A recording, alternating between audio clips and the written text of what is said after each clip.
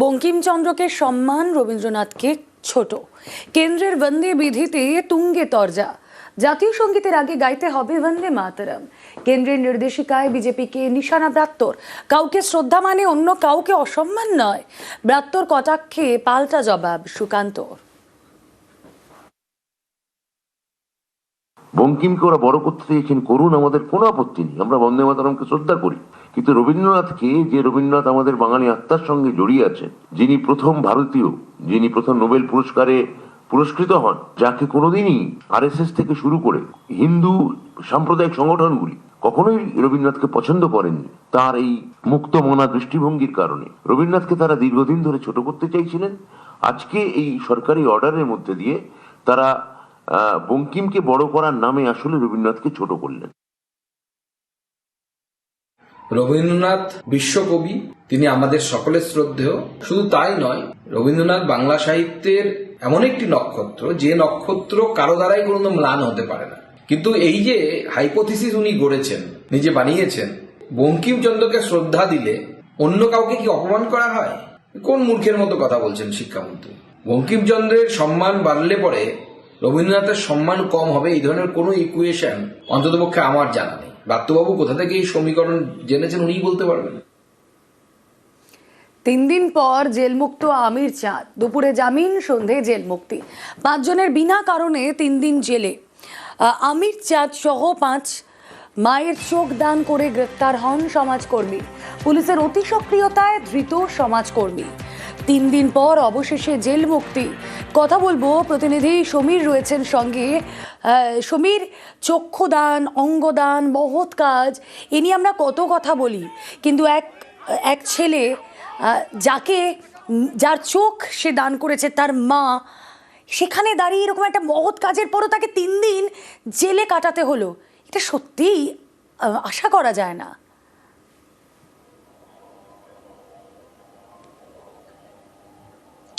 একদমই তাই। এই যে চক্ষুদান নিয়ে এত অ্যাওয়ারনেস ক্যাম্প হচ্ছে, এত মহৎ কাজ বলে আমরা জানি, কিন্তু সেই মহৎ কাজ করার জন্য তাকে 3 দিন সপরিবারে জেল হাজতে পাস করতে হলো। এবং আজ কিছুক্ষণ আগে কিন্তু এই আমির চাঁদ শেখ সপরিবারে মুক্তি পেয়েছেন 3 দিন জেল খাটার পর। কারণ এই আমির চাঁদ শেখ তার মৃত মায়ের শেষ ইচ্ছা পূরণ করার জন্য মায়ের মৃত্যুর পর তার কর্নিয়া দান করেছিলেন একটি স্বেচ্ছাসেবী সংগঠনকে, এবং সেই কর্নিয়া পেয়ে আরও 2টো মানবদেহে কিন্তু সেই কর্নিয়া প্রতিস্থাপন করা হয়েছে সফলভাবে, এবং তারা আলো দৃষ্টিশক্তি ফিরে পেয়েছেন।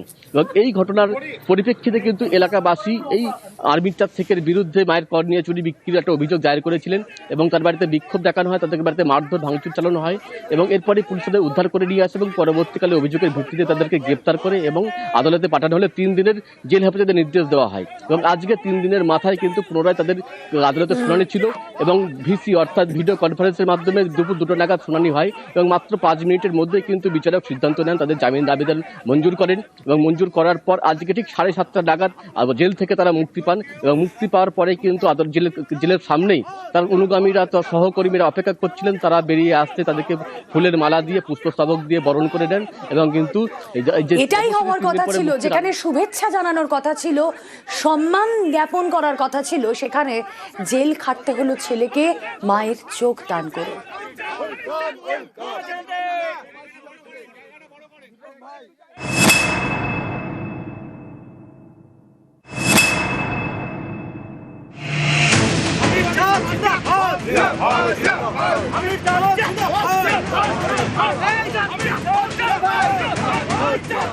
মা চেয়েছিলেন চোখ দান করতে, সেই ইচ্ছে পূরণ করেছেন সমাজকর্মী ছেলে আমির চাঁদ শেখ। এই ঘটনায় অতি সক্রিয় হয়ে আমির চাঁদ ও তার পরিবারের আরো 4 জনকে গ্রেফতার করে কৃষ্ণনগরের কোতোয়ালি থানার পুলিশ। হ্যাঁ, এটা ষড়যন্ত্র। কারণ হচ্ছে যে এটা যেহেতু আমার মা, আমি সব রকম কাগজ দেখিয়েছি, মৃত্যুর আগে যে উইঙ্গে করেছেন সেটা দেখানো হয়েছে, যে ডেথ সার্টিফিকেট দেখানো হয়েছে, যে সংস্থা চোখটা নিয়ে গেছে তারা সেই সার্টিফিকেট দেখে সেটা দেখিয়েছি। এবার এখানে কি দেখবে তারা? অথচ আমির চাঁদের বাড়িতে হামলার অভিযোগে সেই পুলিশ নিষ্ক্রিয়।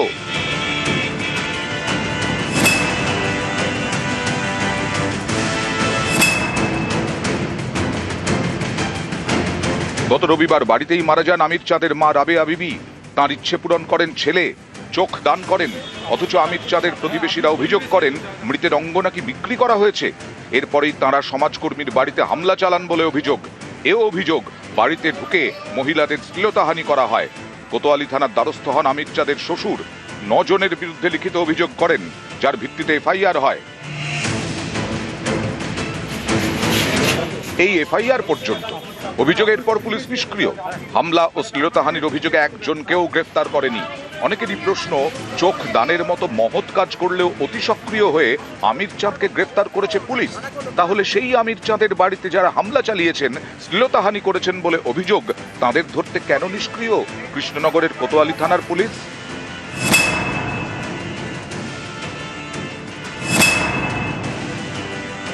আমির চাঁদের মা মারা গেছে, মাটি দেবো বলে আমরা গিয়েছিলাম। গ্রামের কিছু লোক গিয়ে আমাদেরকে প্রচণ্ড মারধর করে। যাদের নামে কমপ্লেন করা হয়েছে তাকে একটা করে অ্যারেস্ট করে নিই। আমার জামাই নির্দোষ, আর দুষ্কৃতীরা ঘুরে বেড়াচ্ছে। এর দৃষ্টান্তমূলক আমরা শাস্তি চাই। আমির চাঁদের শ্বশুর তিনি যে এফআইআরটা করেছেন এবং সেখানে যাদের নাম উল্লেখ আছে, অদ্ভুতভাবে দেখলাম পুলিশ যে সক্রিয়তা আমির চাঁদের ক্ষেত্রে দেখিয়েছিল, এখানে বোধহয় ঠিক বিপরীতে অতি শিথিলতা দেখাচ্ছে। অভিযোগ হওয়ার পরেও তারা এখনো ঘুরে বেড়াচ্ছে। এটা তো খুবই আশ্চর্যের বিষয়। আমরা এ দাবিও রাখবো যে তাদের অবিলম্বে গ্রেপ্তার করা হোক। পুলিশের এই অ্যাক্টিভিটিসের বিরুদ্ধে আমরা কিন্তু হাইকোর্টে মামলা লড়বো আগামী দিনে।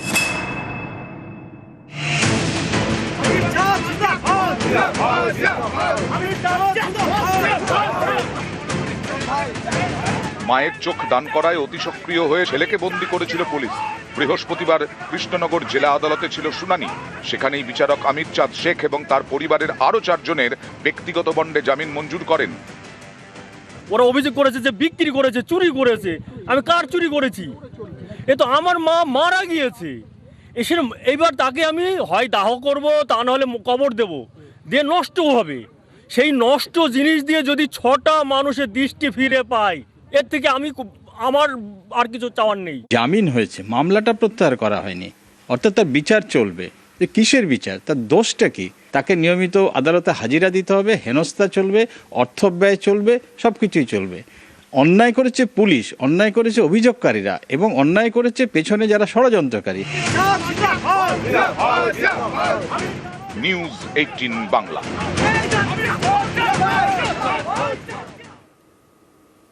কিশোরী নাকি মারা গিয়েছে জানিয়ে দিয়েছিলেন নার্সিংহোমের ডাক্তার। অ্যাম্বুলেন্সের টেকনিশিয়ান কিন্তু বুঝতে পারেন মারা যায়নি, এখনো প্রাণ আছে তার। আর তার তৎপরতাতেই মেয়েকে ফিরে পেয়েছে পরিবার। পূর্ব মেদিনীপুরের কাঁথির ঘটনায় শোরগোল।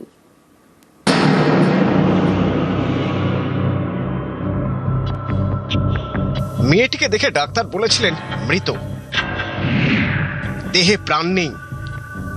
এরপর যথারীতি শুরু হয় শেষকৃত্যের তোড়জোড়, খোঁড়া হয় কবর। কিন্তু অ্যাম্বুলেন্সের টেকনিশিয়ানের তৎপরতায় সেই মেয়েই ফিরল বাড়িতে। পূর্ব মেদিনীপুরের কাঁথির বছর 14 কিশোরী। পরিবারের দাবি সম্প্রতি সে ঘুমের ওষুধ খেয়ে আত্মহত্যার চেষ্টা করে। সরকারি হাসপাতাল ঘুরে তাকে গত 5ই ফেব্রুয়ারি নিয়ে যাওয়া হয় তমলুকের নার্সিংহোমে। অ্যাম্বুলেন্সেই তাকে দেখেন নার্সিংহোমের ডাক্তার, বলেন কিশোরী মারা গিয়েছে। পরে আরও এক ডাক্তার একই কথা বলেন, কিন্তু অ্যাম্বুলেন্সের টেকনিশিয়ান মানতে চাননি। তিনি বুঝতে পারেন এখনো প্রাণ আছে, তাই কিশোরীকে সরকারি হাসপাতালে নিয়ে যাওয়ার জন্য জোরাজুরি করেন। এদিকে ততক্ষণে কবর খোঁড়া হয়ে গিয়েছে, কিন্তু টেকনিশিয়ান কিছুতেই মানতে নারাজ যে কিশোরী মারা গিয়েছে। শেষমেশ তার চাপেই কিশোরীকে নিয়ে যাওয়া হয় কাঁথি হাসপাতালে। এই সরকারি হাসপাতালের ডাক্তাররাও দেখে বলেন কিশোরী বেঁচে আছে। তাকে তখন ভর্তি করানো হয়। 7 দিনে সে সুস্থ হয়ে ওঠে, ফিরে যায় বাড়িতে। কোনো ডক্টরবাবুর সাথে কথা বলে ওরা বলেছে যে মরে গেছে। আমরা বলতে চাইছিলাম যে আমি মনিটরে সব কিছু দেখানো আছে, দেখুন আপনি পেশেন্ট বেঁচে আছে।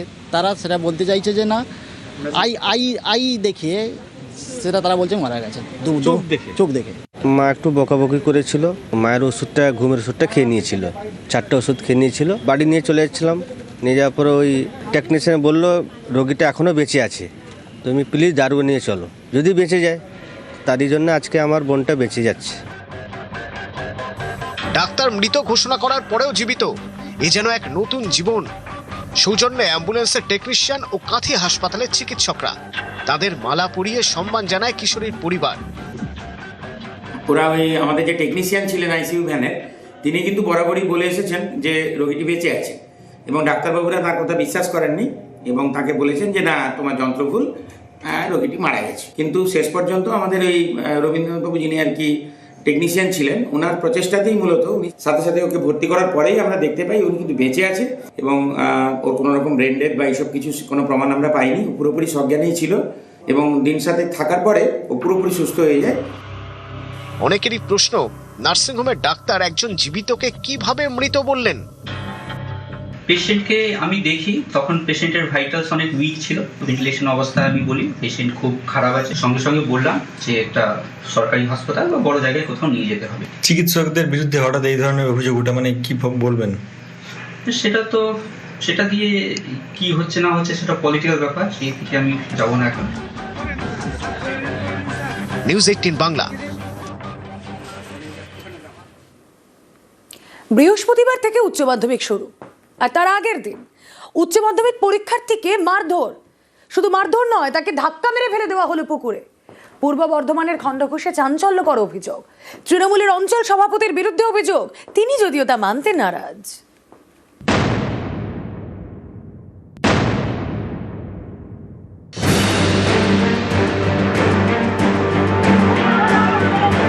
প্রথমে মারধর, তারপর ফেলে দেওয়া হচ্ছে পুকুরে। যাকে মেরে পুকুরে ফেলা হলো সে উচ্চ মাধ্যমিক পরীক্ষার্থী। বৃহস্পতিবার থেকে উচ্চ মাধ্যমিক শুরু, ঠিক তার আগের দিন উচ্চ মাধ্যমিক পরীক্ষার্থীকে মেরে ফেলে দেওয়া হলো পুকুরে।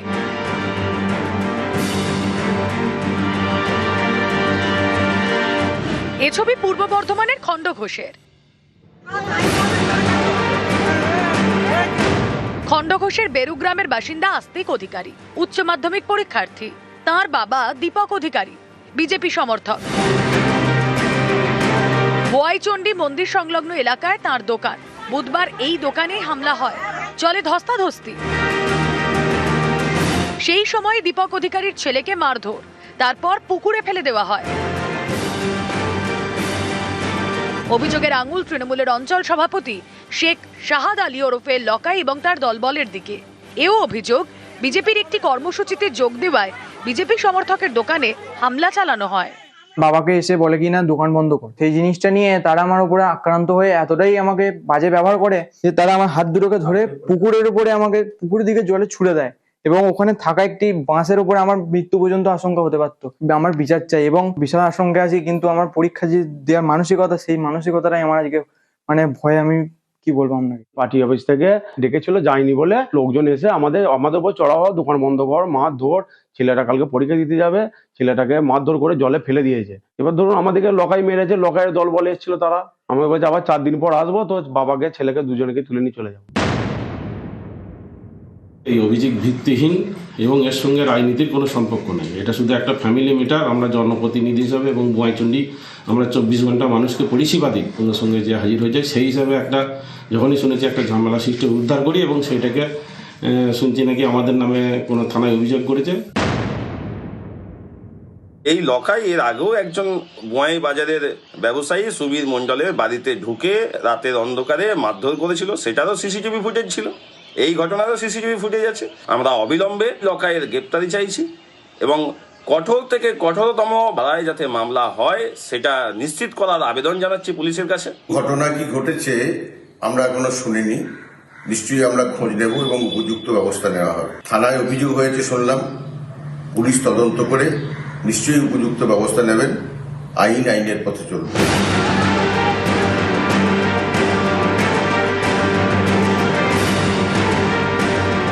বর্ধমান থেকে শরদিন্দু ঘোষ, নিউজ 18 বাংলা।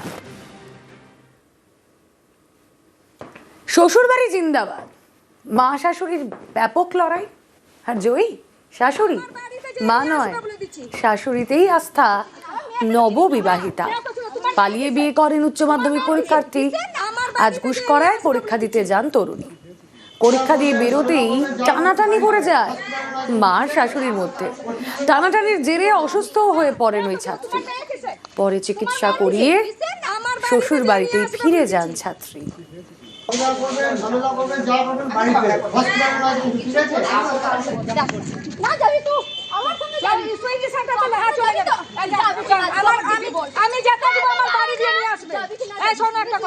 আমার বাড়ি দিয়ে নিয়ে আসবে, তুমি আমার বাড়ি আমার আমি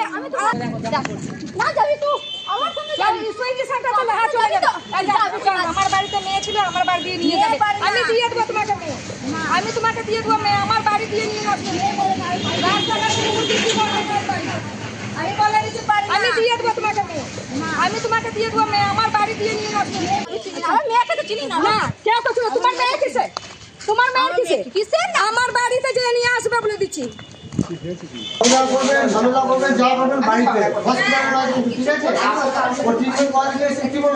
না কেউ তো চিনি, তোমার মেয়ে কিসে? তোমার মেয়ে কিসে? কিসে? আমার বাড়িতে যে নিয়ে আসবে বলে দিচ্ছি।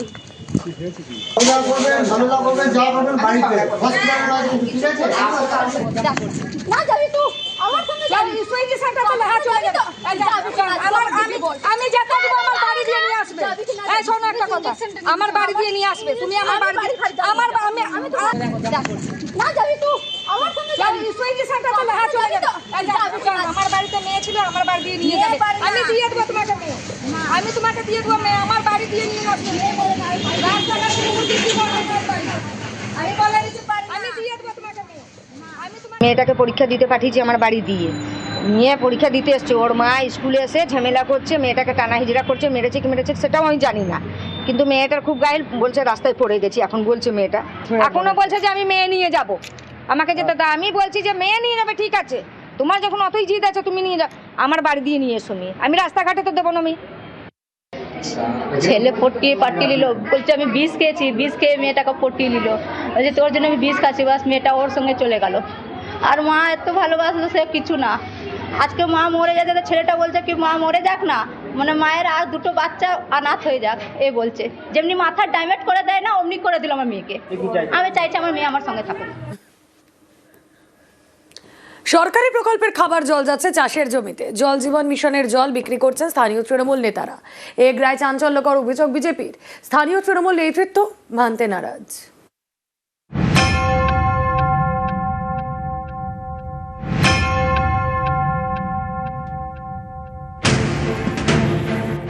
জল জীবন মিশন এই সরকারি প্রকল্পে বাড়ি বাড়ি খাবার জল পৌঁছে দেওয়া হয়।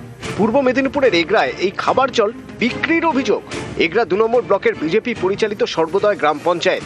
এই পঞ্চায়েত এলাকার গণেশ্বরপুরে বছর 3 আগে জল জীবন মিশনের ট্যাঙ্ক বসানো হয়। ভূগর্ভস্থ জল পাম্পের মাধ্যমে পৌঁছয় ট্যাঙ্কে, তারপর পাইপলাইনের মাধ্যমে বাড়ি বাড়ি খাবার জল। অভিযোগ এই খাবার জলই বিক্রি করা হচ্ছে, পাঠানো হচ্ছে চাষের জমিতে।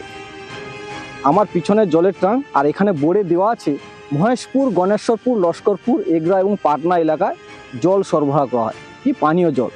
আর স্থানীয়দের অভিযোগ যে এই জল চাষের জমিতে ব্যবহার করা হচ্ছে, এই জলের পাইপ জল বেরোচ্ছে, সেই জল কিন্তু চাষের জমিনে দেওয়া হচ্ছে, এমনটাই কিন্তু অভিযোগ করছে। এখানে বিরোধীরা দাবি জানাচ্ছেন যে জল বিক্রি করা হচ্ছে স্থানীয় নেতাদের মদতে। বিজেপির অভিযোগের পিছনে রয়েছে স্থানীয় তৃণমূল নেতাদের একাংশ। একজন অভিযোগ করার পরে যখন 8টা 15 পর্যন্ত জল যায়নি, তাকে তখন বললাম যে আপনি একবার দেখুন সেখানে কেউ আছে কিনা। গিয়ে যখন দেখে যে জল চলছে, মাঠে চাষ জমিতে জল যাচ্ছে, যারা ওখানে কাজ করছে তারা কিন্তু তৃণমূলের নেতা, এবং তারাই কিন্তু এই জল বিক্রি করে বা তারা এই জলকে অসাধু মানসিকতা নিয়ে ওনারা ওই জল নিয়ে ব্যবসা শুরু করেছে। একটি পাম্পের জলের ওভারফ্লো নিয়ে বিজেপি রাজনীতি করছে। যে জমিগুলো আছে তাতে বরঞ্চ সমস্যা হচ্ছে। আমরা তাদেরকে অনেকটাভাবেই বুঝিয়েছি যে এই কাজ পরিকল্পনার ক্ষেত্রে একটা অসুবিধা হচ্ছে, আগামী দিনে নিশ্চিতভাবে আপনাদের সুবিধা করে দেওয়া হয়। কিন্তু বিজেপি কোনো কাজ না পেয়ে বিভিন্নভাবে আজকে এই সমস্ত ব্যাপার নিয়ে, ছোটোখাটো ব্যাপার নিয়ে রাজনীতি করার চেষ্টা করছে।